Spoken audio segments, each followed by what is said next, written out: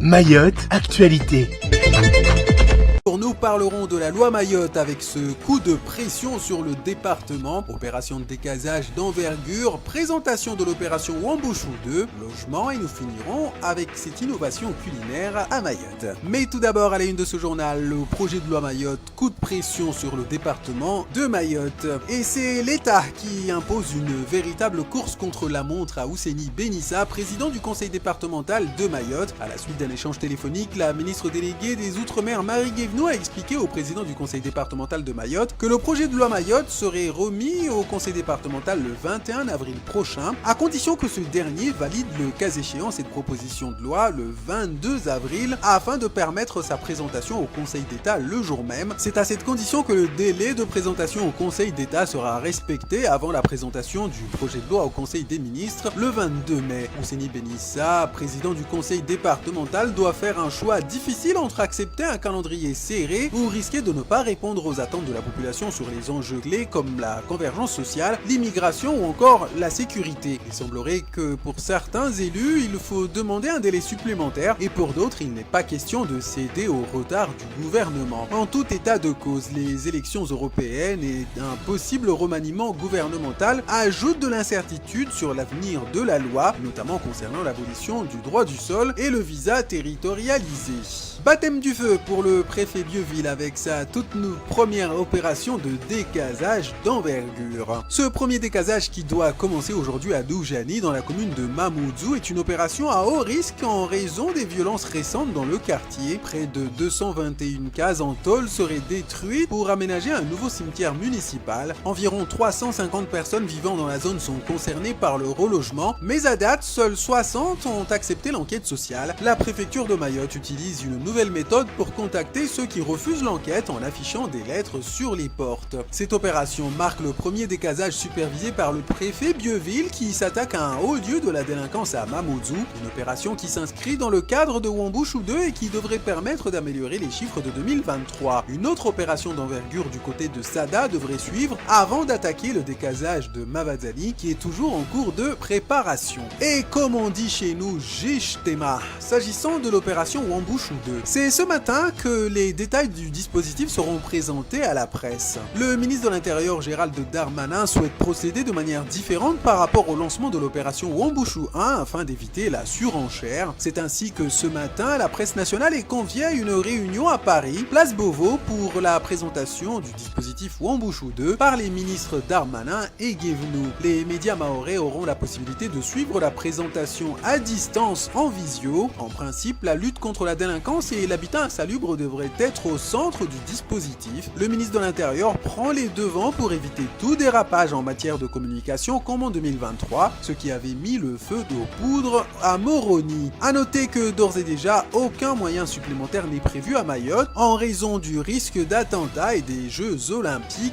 en métropole. Logement pour la suite de ce journal, les parties prenantes s'unissent pour surmonter les défis immobiliers. Hier, une réunion cruciale a été organisée par le MEDEF Mayotte, la FEDOM et la FMBTP pour discuter des défis du logement à Mayotte. Les participants comprenaient des entreprises du BTP, des acteurs sociaux et économiques, des collectivités, des constructeurs de logements sociaux et des sociologues. L'objectif était de comprendre les difficultés inhérentes sur le département. L'architecte Dominique Tessier a présenté une étude sur l'évolution du logement à Mayotte, soulignant la prépondérance de ce qu'il a appelé l'autoconstruction, c'est-à-dire les maisons qui sont agrandies au fur et à mesure que la famille elle-même s'agrandit. L'adjoint au maire Magoma de Mamoudzou a souligné les défis de la pression foncière et de la réglementation, rappelant que plus de 60 parcelles occupées ne sont pas régularisées et que les collectivités ont du mal à répondre à la demande à cause des contraintes réglementaires. Carla Balthus, de son côté, la patronne du MEDEF, a salué l'initiative, soulignant l'importance de résoudre ces problèmes pour répondre aux besoins en logement des salariés, mais aussi de la population lambda. Je vous propose de clôturer cette édition avec cette innovation culinaire. culinaire. Le Peboni Café, situé à Mamoudzou, ce coffee shop est le premier à Mayotte à valoriser le café local et à soutenir l'agriculture du département. Avec des créations originales et savoureuses, le Peboni Café offre une expérience unique en son genre. Le fondateur Christophe Youssoufa est déterminé à promouvoir les agriculteurs locaux et à encourager la production de café. Le Peboni Café propose une variété de boissons chaudes ou froides avec des touches de caramel et de chocolat. De plus, les clients peuvent se régaler en accompagnant leur café de délicieux cookies, carrot cakes ou banana cakes cuisinés par le célèbre pâtissier Pascal Gang de Mtsapéré. Le Peboni Café n'est pas seulement un lieu de détente, c'est aussi un moteur de développement endogène pour Mayotte. Alors n'hésitez pas à visiter ce joyau de Ngomani pour une pause caféinée enrichissante. En aparté, Fatiou nous disait que ce matin il était passé à Kungu sans aucune difficulté, mais qu'avec les voyous tout pouvait partir en vrille à tout instant. Et effectivement, pendant le journal, on a entendu des énormes détonations. Donc on est sorti sur la terrasse pour voir. Et il semblerait, et vous allez pouvoir le voir sur les images qu'on va vous diffuser, il semblerait qu'il y ait du côté du Doukabe de Kaweni des affrontements en cours. C'est de là que viennent les détonations, qui, comme vous pouvez le voir sur la vidéo, c'est du gaz lacrymogène que la police nationale a sûrement utilisé pour disperser les voyous. Et à cette heure de pointe, le but des forces de l'ordre, c'est de permettre la circulation en sécurité sur les axes clés du département. Là, en l'occurrence de Mamoudzou, Doujani n'a pas encore commencé, que le chef-lieu s'échauffe déjà. Il semblerait hier, et c'est une information qui reste encore à vérifier pour mesurer tout le périmètre de gravité de ce qui s'est passé, mais il semblerait que des voyous à Vaïbé aient pris d'assaut le Doukabe et pu également blesser à la machette un certain nombre de personnes qui se trouvaient dans le magasin. Ça reste à confirmer, mais en tout cas, voilà, ce décasage de ce matin commence, je dirais comme d'habitude à Mayotte, dans un climat d'ébullition des délinquants total et entier, parce que 6h10, aller à Kaweni, commencer à mettre le bazar, c'est que le décasage de Doujani doit perturber les délinquants. Oui, tout à fait. Là, de toute façon, c'est depuis, on va dire, depuis le début de la semaine que ça part dans tous les sens. Donc, il y a vraiment intérêt. Enfin, il y a un véritable défi là pour le préfet. Voilà, et c'est un véritable défi. On va reparler du décasage de Doujani. Alors, petite information qui a circulé hier et qui se termine pas trop mal. Fabien Trifol, que la plupart d'entre vous connaissez parce que c'est quelqu'un de particulièrement sympathique, qui est directeur général de l'aménagement à la CADEMA, qui ne manque jamais de répondre au téléphone à chaque fois qu'on le sollicite, même pour les questions les plus bébêtes. Et quelquefois, nous qui ne connaissons pas les sujets, on a des questions bébêtes. Il répond toujours avec gentillesse. Il se montre toujours disponible pour informer les usagers. Et figurez-vous que dimanche après-midi, il est parti se promener. Il n'est pas rentré de la nuit. Sa compagne était évidemment particulièrement inquiète. Dès hier, les gendarmes ont lancé les recherches puisque la disparition était considérée par tous comme inquiétante. Il a été retrouvé hier en fin de journée. Il est vivant. Il a été transporté au CHM. On ne connaît pas précisément encore son état. En tout cas, Fabien Trifol a été retrouvé et tant mieux, et on va bien sûr prendre de ces nouvelles dans la journée pour pouvoir vous informer. Je vous propose sans plus attendre qu'on passe à la revue de presse. Suivez la matinale avec SFR La Carte 100% Mayotte et restez connectés à vos proches sans limite. Besoin d'un coup de pouce financier pour garder vos enfants de moins de 6 ans? Pensez au CMG Emploi Direct. La CSSM, votre partenaire de la vie quotidienne, vous présente la matinale. Interinvest, le partenaire pour vos besoins de financement et défiscalisation, vous présente votre programme. C'était votre programme présenté par votre agence Corsair Mamoudzou. Corsair, voyagez en bonne compagnie. Optez pour la gamme de produits biodégradables pour le bien de Mayotte. Rendez-vous chez Odim, votre partenaire pour votre restaurant, vos fêtes et vos mariages.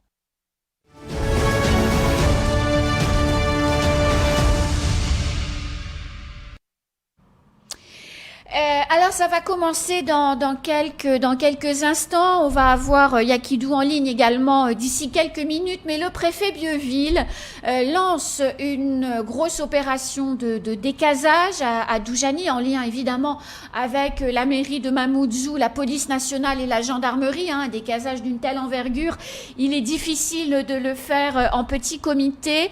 221 cases en tôle sont concernées par ce décasage. Madame, monsieur, j'ai le sentiment de mémoire, alors peut-être je me trompe, mais de mémoire, j'ai le sentiment que c'est le plus gros décasage jamais organisé. J'ai plus de souvenirs en tête, mais grosso modo, je pense que c'est un décasage très important, peut-être le plus important, mais un des décasages les plus importants qu'on va vivre ou qu'on a eu à vivre. Oui, c'est quand même l'équivalent d'un village, oui, parce que d'un petit village à Mayotte. Selon les informations que la rédaction a pu se procurer en off, évidemment, les familles qui vivent sur ce site sont des familles de très grande taille avec beaucoup d'enfants. Sur un cas, il y aurait à peu près 1500 personnes concernées par ces opérations de décasage et même pas un quart a accepté la proposition de relogement, d'hébergement plutôt, de la préfecture. C'est l'équivalent d'un petit village, encore une fois, à Mayotte, même à Mayotte, qu'on est en train de décaser. Donc, effectivement, ce n'est pas une petite opération. Et de toute manière, dans la mesure où, en fait, c'est quand même la deuxième itération de ce genre d'opération, il y a intérêt à ce que les autorités soient extrêmement vigilantes et qu'elles soient vraiment au rendez-vous et que les habitants aussi soient extrêmement vigilants et attentifs à ce qui se passe. Les services de l'État ont pris toutes les précautions pour préparer au mieux cette opération. Il y a peu d'informations qu'on filtrait.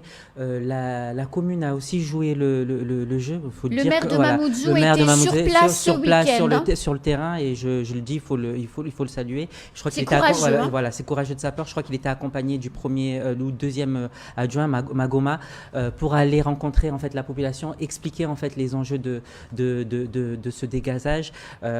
Fatihou le dit, c'est 1500 personnes, en tout cas c'est probablement un village entier. On a besoin en fait de ce décasage en fait pour pouvoir récupérer ce terrain et mettre en place des projets, et ça nécessite en fait effectivement de pouvoir expliquer en fait à la population et qu'il y ait en fait cette adhésion, et ce qui se passe là c'est très difficile parce qu'on est aussi à la croisée des chemins, à un carrefour où on veut justement en fait ce développement là, et on est obligé de passer par ces étapes qui sont nécessaires, et il faut en fait qu'il y ait cette adhésion là en fait de la population. Et moi ce que je constate, je vais plus loin, j'anticipe vos questions à Anne-Constance. Moi ce que je constate, c'est qu'à aujourd'hui, c'est qu'on a des personnes qui vraisemblablement, en attendant en fait ces histoires de décasage, foutent entre parenthèses le bordel. De deux choses l'une, soit on a des personnes responsables, je pense aux parents de ces jeunes notamment, qui font peut-être ça, qui sensibilisent pas en fait les jeunes en disant il faut pas se faire ce décasage là et trouver des solutions, ou soit on a des personnes derrière qui manipulent et qui instrumentalisent ces personnes là. Pardon de le dire, mais il faut le dire ce matin, et je trouve ça regrettable. On peut pas arriver là si on veut parler de développement de notre territoire. Fatihou, vous disiez les forces de l'ordre, les autorités se sont organisées pour ce décasage, à n'en pas douter, mais est-ce que les délinquants sont pas eux aussi en train de s'organiser, et le fait de faire des échauffourées à Kaweni, est-ce que c'est pas un moyen de disperser les forces de l'ordre sur plusieurs fronts de manière complètement volontaire, ou auquel cas les voyous s'organisent également pour contrecarrer les plans de l'État? Oui, effectivement, on peut le penser, d'autant plus qu'il y a quelques semaines, si ce n'est quelques mois, souvenez-vous, il y avait cette question que les voyous, notamment de la zone, auraient tenté de faire la paix entre eux, et finalement ça n'a pas marché, et on se demande si c'est pas lié, puisqu'il y a encore quelques semaines... Il y a des alliances de gangs entre Ouattoro et terroristes. Voilà, je le rappelle qu'il y a quelques semaines aussi, ceux de Mavazzani, ils avaient prévenu, côté de Mavazzani, ils avaient prévenu que s'il y avait un décasage, eh bien, ils iraient incendier les Hauts-Vallons. Et donc, du coup,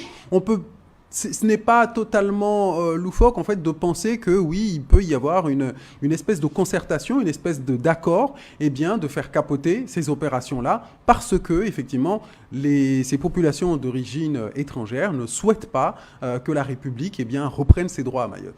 Alors il faut savoir que sur ces opérations de décasage, ça fait plusieurs jours qu'il y a des affrontements quotidiens entre la police nationale et les délinquants qui font monter la pression.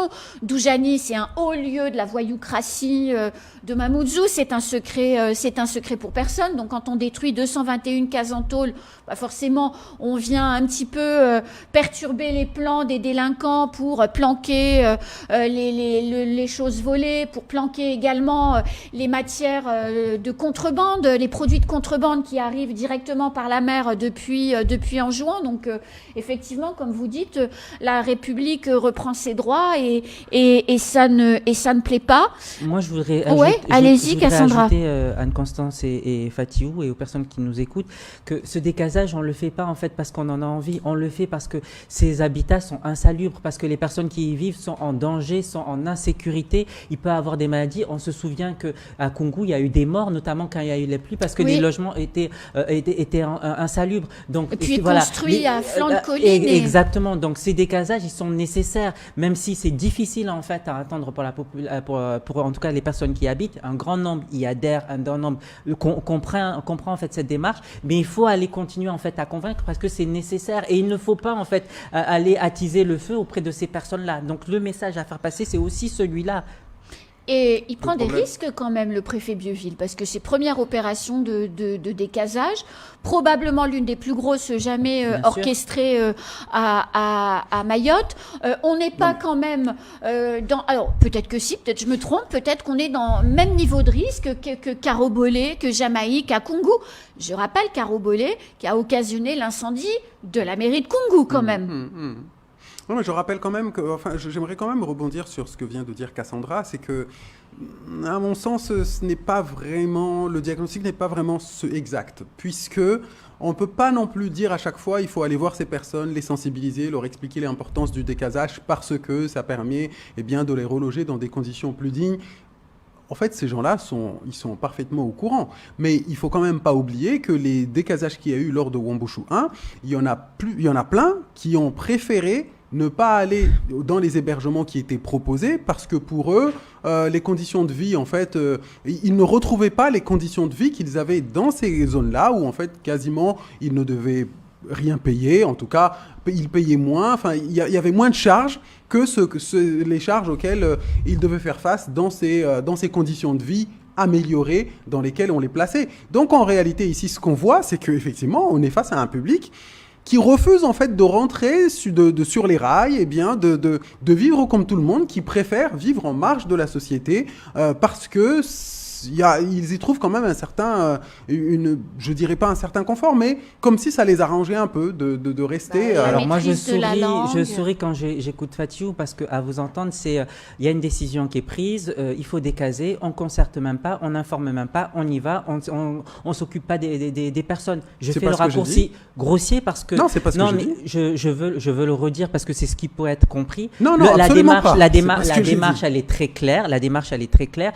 Quand il y a un décasage, et c'est la loi, on doit d'abord informer les personnes qui y habitent, on doit travailler en fait avec eux, et ensuite on fait l'étape. C'est la loi, c'est la règle, c'est la loi. C'est ce que fait la préfecture. Ben oui, mais quand vous dites ce contraire-là et que vous dites, pour moi ça ne passe pas. Ah non, c'est que c'est pas que ça ne passe pas, c'est que vous avez mal compris, c'est que vous n'avez une nouvelle fois vous n'avez pas compris mon propos. Mais ça c'est ce que fait la préfecture. Je vous rappelle que d'ailleurs la préfecture le faisant, ces personnes-là sont conseillées par un certain nombre d'autres personnes très malveillantes qui se disent bienveillantes à l'égard de ces immigrés et qui vont les conseiller de ne pas accepter les enquêtes sociales. Ça, c'est un autre sujet, mais dans le cadre et dans la loi, c'est celle-ci. Ça, c'est un autre sujet, effectivement, quand vous dites qu'il y a d'autres personnes malveillantes parce qu'ils voient leur intérêt, en fait, à maintenir ces décasages-là. C'est pour ça que je dis, le travail qui a été fait, notamment par le maire de Mamoudzou et son adjoint d'aller à la rencontre de la population, elle est nécessaire et il faut poursuivre. Et le message qu'il faut faire passer, c'est d'expliquer pourquoi le décasage, il est nécessaire pour le développement du territoire. C'est ce message-là, parce qu'il y a deux publics.